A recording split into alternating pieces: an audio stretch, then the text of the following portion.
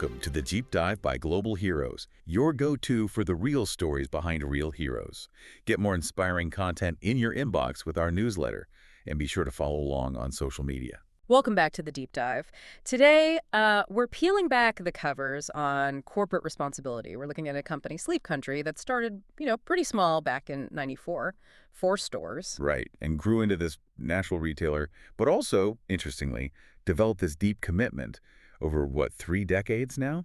Our mission today is sort of extracting that commitment. It's not just surface stuff. No, it seems pretty systematic. Exactly. Building trust, contributing to communities, sustainability. Yeah. It's all woven together. Okay, so let's dive in. 2 main areas you mentioned, community and planet. Yep. Championing communities and their vision for the planet. Let's start with community then, because the scale you hinted at is, well, astounding. They've donated over 972,000 mattresses since 2004 to people in need. Yeah, it's almost hard to grasp, that number. It's like the entire population of Ottawa. Wow.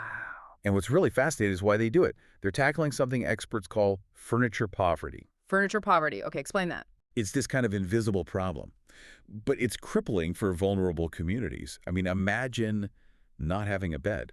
It impacts your physical health, your emotional state, your kids' ability to learn.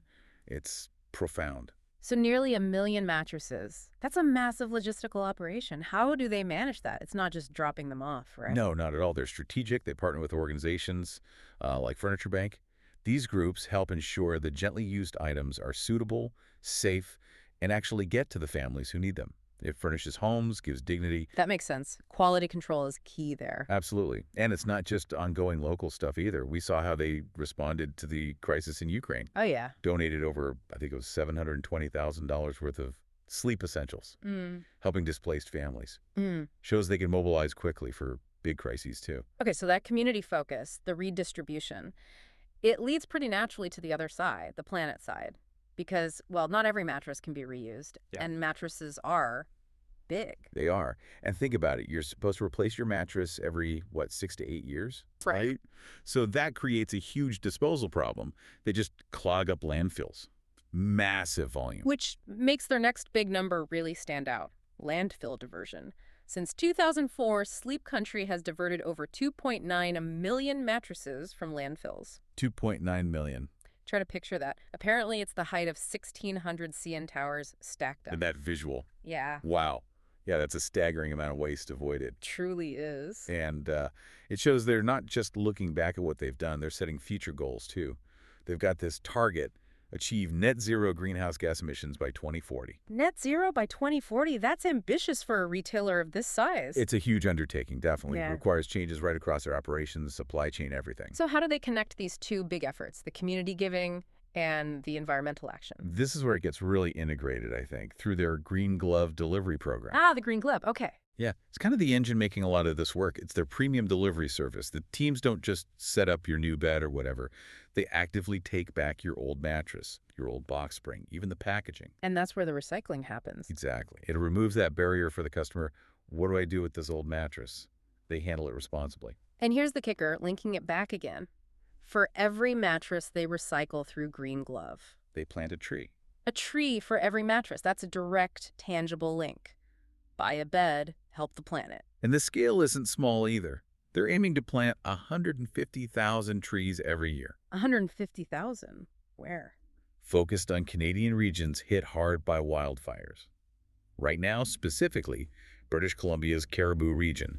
And they're doing it thoughtfully, too, partnering with an organization called Veritree. Veritree. Yeah, and crucially, they're working with local indigenous tree planters from the Silkwood First Nation.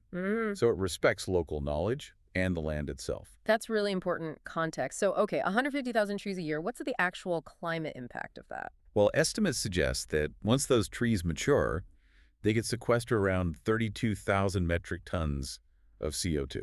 32,000 tons. What does that mean in real terms? It's roughly comparable to taking nearly 7,000 cars off the road for a whole year. Okay, that's significant. Definitely significant. So pulling it all together, you see this model where a major business seems to be genuinely prioritizing both people and the planet. Right. And it makes that consumer purchase, needing a new mattress, feel like a step towards something positive, Yeah. a measurable step. It really makes you think, doesn't it? It leaves us with a question for you, the listener. What other everyday purchases, things you might not think twice about, could actually have this kind of double impact? Doing good for the community and helping the environment. It's a powerful idea. Rethinking consumption. Definitely something to mull over. If you want to learn more about Sleep Country's programs, their commitments, all the things we talked about, you can check out their website at sleepcountry.ca. Worth a look. Indeed. That's it for today's deep dive. Want more? Stay connected with global heroes through our newsletter and socials.